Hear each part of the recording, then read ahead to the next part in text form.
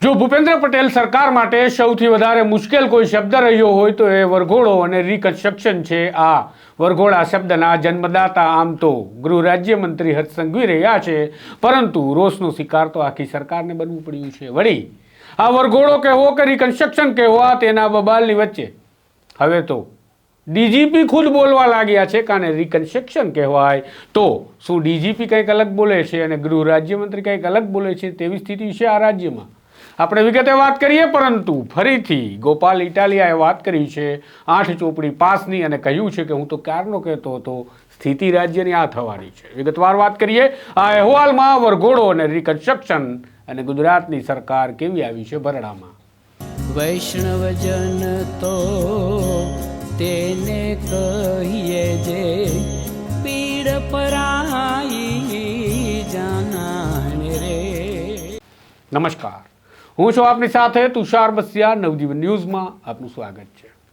કોઈ પણ રાજ્યની સરકાર હોય કે કોઈ પણ દેશની સરકાર હોય, કેટલાક પગલાં લે અને એ પગલાંના કારણે ક્યારેક ભરાઈ જતા હોય છે, અને આવી જ રીતે ગુજરાત રાજ્યમાં કાયદો અને વ્યવસ્થાની સ્થિતિ પર સવાલ પેદા થવા લાગ્યા। વારંવાર બળાત્કારની ઘટનાઓ, બાળકી સાથે દુષ્કર્મ અને હત્યાની ઘટનાઓ, મહિલા વિરોધી ગુનાની ઘટનાઓ, અને આ બધી જ ઘટનાઓ સરકારની આબરૂને નીલામ કરી રહી હતી। આ સ્થિતિમાં સરકારે આબરૂ બચાવવા માટે ગૃહ રાજ્યમંત્રી હર્ષ સંઘવીને મેદાને ઉતાર્યા, અને યોદ્ધા તરીકે મેદાને ઉતરેલા હર્ષ સંઘવીએ વરઘોડા સિસ્ટમના દર્શન ગુજરાતની જનતાને કરાવ્યા। તેમણે કહ્યું કે કોઈ પણ સામાજિક તત્વો હોય, કોઈ પણ લુખ્ખા હોય કે કોઈ પણ ગુંડા તત્વો હોય, તેને વરઘોડો ગુજરાત પોલીસ કાઢશે અને તેમને તો આ પ્રકારે ચાલવું જ પડશે।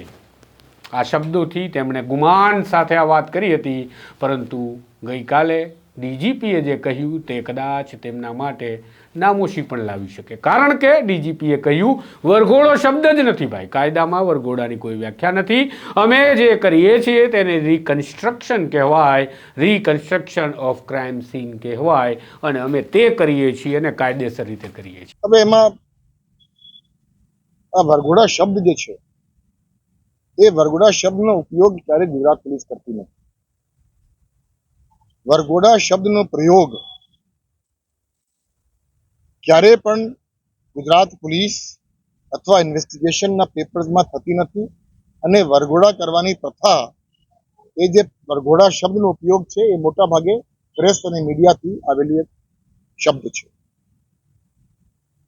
કોઈ પણ ગુનો બને એટલે એ ગુના માટે જે કે એવિડન્સ કલેક્ટ કરવાના હોય એ ખૂબ જરૂરી છે, અને એવિડન્સ કલેક્ટ કરવા માટે અમુક પ્રક્રિયાઓ અપનાવવાની હોય છે, અને એમાં reconstruction of scene of crime, I repeat, તમે લોકો મોટા ભાગે લોકો એને વરઘોડા કહેતા હોય છે, પણ it is actually A reconstruction of scene of crime two collect evidence. અને તપાસની સમગ્ર પ્રક્રિયામાં આ રિકન્સ્ટ્રક્શન ખૂબ મહત્વની બાબત છે। પરંતુ જ્યારે પણ કોઈ પણ જગ્યાએ મારા ધ્યાન ઉપર અથવા વરિષ્ઠ પોલીસ અધિકારી ધ્યાન ઉપર આવ્યું છે કે રિકન્સ્ટ્રક્શન ઓફ સીન ઓફ ક્રાઇમના બહાના હેઠળ કોઈ પણ ઇલીગલ એક્ટિવિટી કરવામાં આવી હોય તો એના વિરુદ્ધ પગલાં લેવા માટે પણ આપણે તૈયારી છે। પરંતુ ધીસ ઇઝ વન વર્ડ, આ એક શબ્દ છે વરઘોડા કાઢવાનું। એ વરઘોડા કાઢવાનો પ્રયોગ અમે લોકો ક્યારેય કરતા નથી, અને વરઘોડા આપણે ક્યારેય કાઢતા નથી। આપણે ફક્ત reconstruction of scene of crime કરીએ છીએ, જે એક લીગલ પ્રક્રિયા છે। આવું તો ઋષિકેશ પટેલે પણ અમરેલીની પાયલ ગોટી મામલે કહ્યું હતું, અને જો ખરેખર તે રિકન્સ્ટ્રક્શન હતું તો અમરેલીમાં અત્યારે એસએમસીના નિર્લિપ્ત રાયશેની તપાસ કરી રહ્યા છે, એના વિશે પણ કહેવું જોઈએ। ખેર, એ તો વરઘોડો હતો કે રિકન્સ્ટ્રક્શન, બધું જ નિર્લિપ્ત રાય કહેશે, તપાસમાં સામે આવશે। પરંતુ હાલ તો સરકાર આ વરઘોડાના કારણે વારંવાર બેકફૂટ પર જતી જોવા મળી છે અમરેલીમાં, અને આ વરઘોડો સરકારના ગળે આવી ગયો છે। ત્યારે ફરીથી આમ આદમી પાર્ટીના નેતા ગોપાલ ઇટાલિયા વરસી પડ્યા છે, અને તેમણે કહ્યું કે બરાબર છે ડીજીપી સાહેબની વાત કે આને કાયદામાં રિકન્સ્ટ્રક્શન કહેવાય, પણ આ તો મજા લેવા માટે, મનોરંજન આપવા માટે એક તાઇફો ઘડવામાં આવ્યો છે। પણ તેમને વારંવાર જે શબ્દોનું ઉચ્ચારણ કરતા રહે છે એ શબ્દોનું ફરી ઉચ્ચારણ કર્યું ગોપાલ ઇટાલિયાએ। કહ્યું હું તો પહેલેથી કહેતો હતો કે 8 ચોપડી પાસ ગૃહમંત્રી છે, સ્થિતિ આ જ થવાની હતી। સાંભળો અમારી વાતચીતમાં ગોપાલ ઇટાલિયાએ શું કહ્યું। જી નમસ્કાર ગોપાલભાઈ. નમસ્કાર. ગોપાલભાઈ, ગઈકાલે જે એક ડીજીપીનું નિવેદન સામે આવ્યું કે વરઘોડાની કોઈ પ્રથા પોલીસે શરૂ કરી નથી, વરઘોડા નામનું કોઈ હોય નહીં, એને reconstruction of crime of scene કહેવાય. અને ગૃહમંત્રી તો આ વરઘોડાની જાહેરમાં ઘણી બધી વખત નિવેદનની વાત કરી ચૂક્યા છે. શું કહેશો? હું તો કે દિવસનો કહું છું, પણ મારું સાંભળે કોણ? હમ હું તો આ 1 વર્ષથી માથું પછાડું છું કે 8 પાસ છે, આ નો હાલે. હમ એને કાયદામાં ને બીજામાં કઈ સ્ટન્ટમાં ને રીલ બનાવવામાં કઈ ખબર નથી પડતી. ગઈકાલે કીધું ને ડીજીએ, હમ ગુજરાત પોલીસના મુખ્ય વડાએ એવું કીધું કે વરઘોડો બરઘોડા જેવું કઈ હોય નહીં. બરાબર તે છે. હું કેટલા વર્ષથી તો એ કહું છું કે 8 પાસ છે, આને નો ખબર પડે કે આવું બધું ન કરવાનું હોય. હમ વરઘોડા તો નીકળશે જ, જેને જે થાય એ કરી લે, લંગડા લંગડા હાલશે. એ હમ બધી ડાયલોગ મારવાની વાતો છે, કાયદામાં એવું ન હોય. હમ અને ગૃહમંત્રી એવા ડાયલોગ નો મારવાના હોય. એ ડાયલોગ એના પ્રવક્તાઓ પાસે ડાયલોગ મરાવડાવે તો થોડુંક હજુ બરાબર લાગે કે વાંધો નહીં. હમ મંત્રી આવા ડાયલોગ થોડા મારવાના છે. હવે ગૃહમંત્રીને પૂછો તમે કે ભાઈ હવે આ ડીજી ની વાત સાથે તમે સંમત છો કે નહીં. હવે તો મંત્રીને પૂછવાનું છે કોઈએ કે અચ્છા. આ ગુજરાત રાજ્યના મુખ્ય પોલીસ અધિકારીએ જે કીધું છે એની વાત સાથે ગૃહમંત્રી સહમત છે કે નહીં. અને હમ કાં પછી ડીજી ને પૂછો કે તો પછી હમ ગૃહમંત્રી કે છે એ શું છે. અચ્છા. ટૂંકમાં ભણેલા માણસમાં ને અભણમાં આટલો ફરક પડે. હું એ સમજાવવા માંગતો હતો કેટલાય ટાઈમથી કે ડીજી ભણેલો માણસ છે, મંત્રી અચ્છા. અભણ છે, આટલો ફરક પડે. હમ તો તમે એક નેતા તરીકે તો ઠીક છે, પણ વકીલ તરીકે પણ તમે સેવા આપો છો. તો એક હમ. વકીલ તરીકે કાયદાના પ્રાવધાન અને જોગવાઈઓમાં જે રિકન્સ્ટ્રક્શનની જોગવાઈ છે, જેને પોલીસ હંમેશા કાયદેસર છે એવું ઠેરવે છે, જેવી ઘટના પાયલ ગોટીની મેટરમાં અમરેલીમાં પણ ઘટી હતી. તો આ વરઘોડાની ઘટના જે પ્રમાણે ગૃહમંત્રી સ્ટેટમેન્ટ આપતા હતા હા. અને અત્યારે ડીજીપીએ સ્પષ્ટતા કરવી પડી, તો આ ગૃહ વિભાગ માટે તમે શું સમજો છો કે આ રાજ્ય માટે કઈ હું સ્થિતિ કહેવાય? હું એક કાયદાના અભ્યાસ કરેલા વ્યક્તિ તરીકે તમને કહી દઉં કે હજુ પણ રિકન્સ્ટ્રક્શન ના નામે જે ચાલે છે એ તમાશો જ છે. અચ્છા. ગુજરાતમાં 2002 થી લઈ અને 2022 સુધી કેટલા રિકન્સ્ટ્રક્શન થયા અને છેલ્લા 2 વર્ષમાં કેટલા રિકન્સ્ટ્રક્શન થયા હમ એનો આંકડો કઢાવો ડીજી પાસેથી કે 20 વર્ષની અંદર 20 વખત રિકન્સ્ટ્રક્શન શું હોય એવું ક્યાંય જોયું નથી. હમ અને હમણાં 2 વર્ષમાં શું ઉપાડો લીધો છે. આ 2 વર્ષમાં એને શું વડે હડકવા ઉપડ્યો છે બધાને રિકન્સ્ટ્રક્શન કરવાનો. અને અચ્છા. ચપ્પલ ચોરોના રિકન્સ્ટ્રક્શન ને સોયની ચોરના રિકન્સ્ટ્રક્શન ને સાયકલ ચોરના રિકન્સ્ટ્રક્શન, આ શું તમાશો?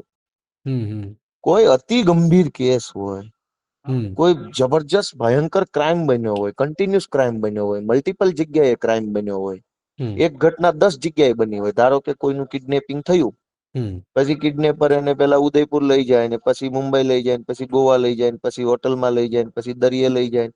મલ્ટિપલ હમ જગ્યાએ ક્રાઇમ બન્યો હોય, હમ ભયંકર ખૂનની કે બીજી રીતની કોઈ ઘટના બની, એનું રિકન્સ્ટ્રક્શન હોય. આ તો હમ એફઆઈઆર થઈ નથી, રિકન્સ્ટ્રક્શન એફઆઈઆર. આવો તમાશો શું કામ? પેલા તો આપને એટલા શું બધા લાગે છે? રિકન્સ્ટ્રક્ટ અભણ મંત્રી 8 પાસ માણસ કે કાઢો એટલે આવડા કાઢવા માંડે, એમાં લાગવાનું શું હોય? અચ્છા. ઓલાને ખબર ન પડતી હોય ને આ લોકોએ મગજ ન દોડાવવાનું હોય. પોલીસે આદેશ હમ આપવા વાળાને એટલી અકલ ન હોય કે આ ન કરાય. જેને હમ ખબર હોય કે આ ન કરાય ઈ પોલીસને પાસે, ઈ પોલીસે તો દોડવા માંડે ઉપર વાળો કે એટલે. તમે હમ સમજો જી. કે છેલ્લા 10 વર્ષમાં કેટલા રિકન્સ્ટ્રક્શન થયા? શું ગુનાઓ નથી બન્યા? હમ ભયંકરમાં ભયંકર ક્રૂરમાં ક્રૂર ઘટનાઓ બની છે. તો કેમ હમ એમાં રિકન્સ્ટ્રક્શન ન થયા? ને હમણાં છેલ્લા 2 વર્ષથી ત્યાં તમાશો ચાલુ થયો છે. કોઈ પણ અચ્છા. કેસમાં રિકન્સ્ટ્રક્શન. હમ તો રિકન્સ્ટ્રક્શન ના નામે સરઘસ કાઢવા, લોકોને મનોરંજન કરાવવું, કાયદાકીય પ્રક્રિયા નથી કરતા, મનોરંજન કરાવવાનું કામ ચાલુ કર્યું. હમ હમ પોલીસનું અને સરકારનું કામ છે પ્રોસેસ કરવાનું, મનોરંજન કરવાનું કામ નથી. હમ હવે આ લોકોએ રિકન્સ્ટ્રક્શન કયો કે વરઘોડો કયો કે સરઘસ કયો, શબ્દ જાળમાં પડ્યા વગર એટલું કહી શકાય કે આ લોકોએ હવે મનોરંજનનું ચાલુ કર્યું છે એમ. અચ્છા. તો તમે કીધું એમ કે એચએમના આદેશથી આ બધું થતું હોય ને પોલીસ કરતી હોય છે, તો અમરેલીની જે ઘટના ઘટી એમાં જે હમ સ્થિતિનું અત્યારે નિર્માણ થયું છે, આજે એની તપાસ માટે દિલીપરાય પણ ત્યાં પહોંચ્યા છે.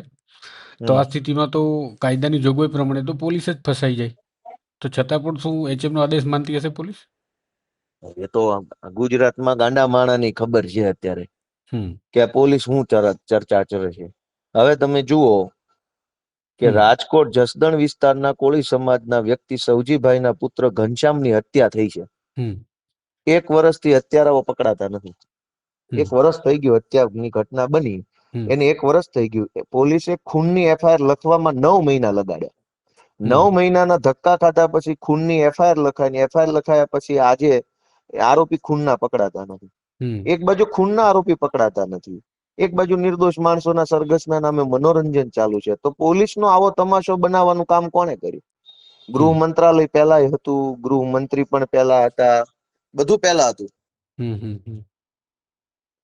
અને પેલાય તે તપાસો થતી હતી, પેલાય કેસ થતા હતા, પેલાય અનેક લોકોને બહુ ગંભીર ગુનેગારોને સજા પેલાય થયેલી છે. તો મેં પોલીસમાં નોકરી કરી, મેં 4 વર્ષ નોકરી કરી છે સળંગ. મેં મારી 4 વર્ષની નોકરીમાં કમસે કમ કોઈનું રિકન્સ્ટ્રક્શન મારા પોલીસ સ્ટેશનમાં કે આજુબાજુના કોઈ પોલીસ સ્ટેશનમાં મેં નથી જોયું. 4 વર્ષ સુધી મારી આજુબાજુના કોઈ પોલીસ સ્ટેશનમાં, માનો કે મેં માધુપુરામાં નોકરી કરી તો આજુબાજુમાં શાહીબાગ આવે, શાહપુર પોલીસ સ્ટેશન આવે, રાણીપ પોલીસ સ્ટેશન આવે, સાબરમતી પણ નજીકમાં આવે, દરિયાપુર પોલીસ સ્ટેશન, આ બધા અમારી આજુબાજુના પોલીસ સ્ટેશન હતા. આ બાજુ નવરંગપુરા હતું. આટલા પોલીસ સ્ટેશનમાં 4 વર્ષમાં મેં કોઈનું રિકન્સ્ટ્રક્શન નથી જોયું. 4 વર્ષ સુધી રિકન્સ્ટ્રક્શન કરવો પડે એવો કેસ જ નહીં આવ્યો પોલીસમાં. આવ્યા હશે ગંભીર કેસો, પણ બધી ઘટનાને તમાશો બનાવવાનું ચલણ એ વખતે નહોતું. હવે આ તમાશો કરવાનું ચલણ આવ્યું છે. મનોરંજન કરો, ગુનેગારને સજા થાય કે ન થાય, પબ્લિકને મજા આવવી જોઈએ. આમ તમાશો, વિડીયો, રીલ ને બિલ, આવા ધંધા ચાલુ કરાવ્યા છે ભાજપ વાળાએ. જી, એક છેલ્લો સવાલ કપિલભાઈ, આ તમે દરેક વખતે માનો કે આપણે જ્યારે વાત કરીએ છીએ ત્યારે તમે ગૃહમંત્રી હર્ષ સંઘવીને ટાર્ગેટમાં લો છો કે ભાઈ તેઓ 8 પાસ છે, 8 પાસ છે.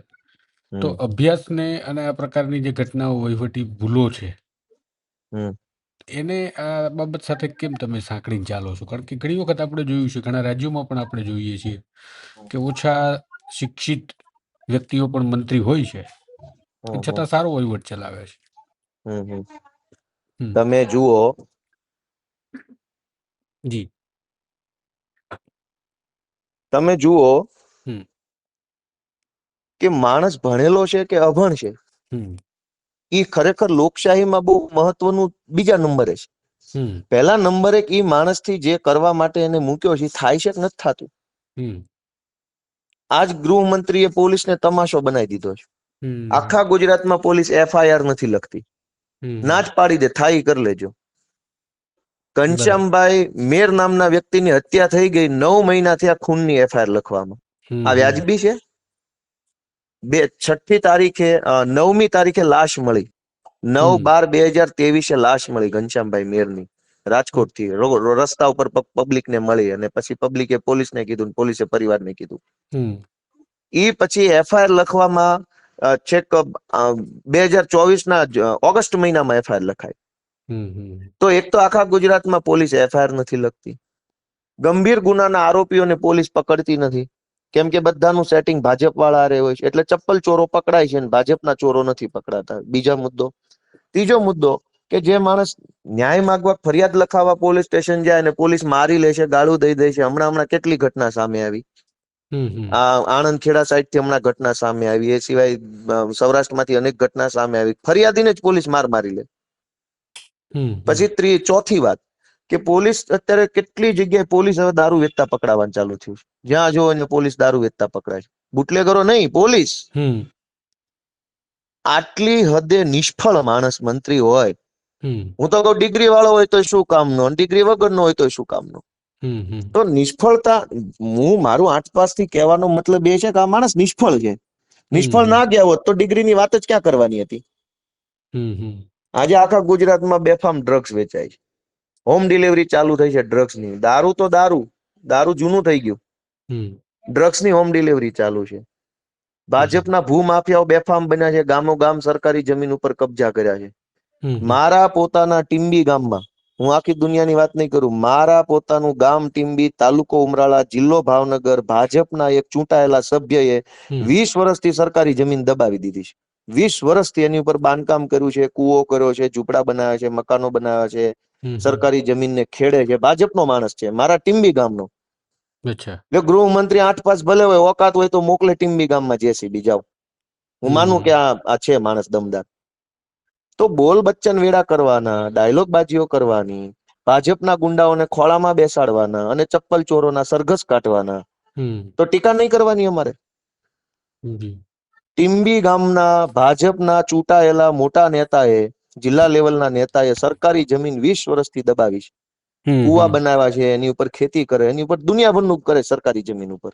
અચ્છા. કેમ? તો ભાજપની સરકારની ઓકાત નથી કે ભાજપના એક માણસ પાસેથી સરકારી જમીનનો કબજો ખાલી કરાઈ શકે. અચ્છા. હવે આખા ગામમાં સરઘસ કાઢવા નીકળો છો, બોલ બચ્ચન કરો છો, સરઘસ કાઢીને લોકોને તમાશો બતાવો છો, તમારા માણસોએ સરકારી જમીનોના કબજા કર્યા એનું શું? ભાજપના માણસોએ સરકારી જમીનોના કબજા કર્યા એનું શું? હું આખા ગુજરાતની વાત નહીં, હું તો મારા પોતાના વતનની વાત કરું. લો, ત્યાં આ હાલત છે. હર્ષ સંઘવીને કેવો મોકલે જેસીબી ટીમ્બી ગામમાં અને કરાવે ભાજપના નેતાનું દબાણ ખાલી. અચ્છા. હમ ઓકે, થેન્ક યુ. તો આપણે સાંભળ્યું પ્રકારે ગોપાલ ઇટાલિયા ભયંકર રીતે રાજ્યની સરકાર અને ખાસ તો ગૃહ રાજ્યમંત્રી હર્ષ સંઘવી પર વરસી પડ્યા છે અને પોલીસને પણ આડે હાથ લેતા તેમણે કહ્યું છે કે પોલીસે આ કાર્યવાહીઓ કરી અને આરોપીઓને સજા સુધી પહોંચાડવાના હોય છે, પરંતુ અત્યારે નાગરિકોને મનોરંજન અને તાઇફાઓ બતાવી દેવામાં આવે છે અને ખુશ કરવામાં આવી રહ્યા છે. ખરેખર શું રાજ્યમાં આવું થઈ રહ્યું છે? શું પોલીસ રિકન્સ્ટ્રક્શનના નામે, જેને તમે વરઘોડો કહો છો, ડીજીપીએ કહ્યું કે માધ્યમોએ વરઘોડો બનાવી દીધો છે, એવા વરઘોડાને તમે શું માનો છો? શું મનોરંજનનું સાધન બનાવી દીધું છે અને ખરેખર આરોપીઓ સજા નથી પામતા એ પ્રકારની કાર્યવાહી પોલીસ કરી રહી છે? ખેર, ગુજરાત રાજ્યના ગૃહ રાજ્યમંત્રીએ જે વરઘોડા સિસ્ટમ વિશે વાત કરી હતી એના વિશે પણ તમે શું માનો છો એ પણ તમે જણાવજો કમેન્ટ બોક્સમાં, જેથી આપના મંતવ્યોને પણ અમે લોકો સુધી પહોંચાડી શકીએ. નમસ્કાર. વૈષ્ણવજન તો તેને કહીએ જે પીડ પરા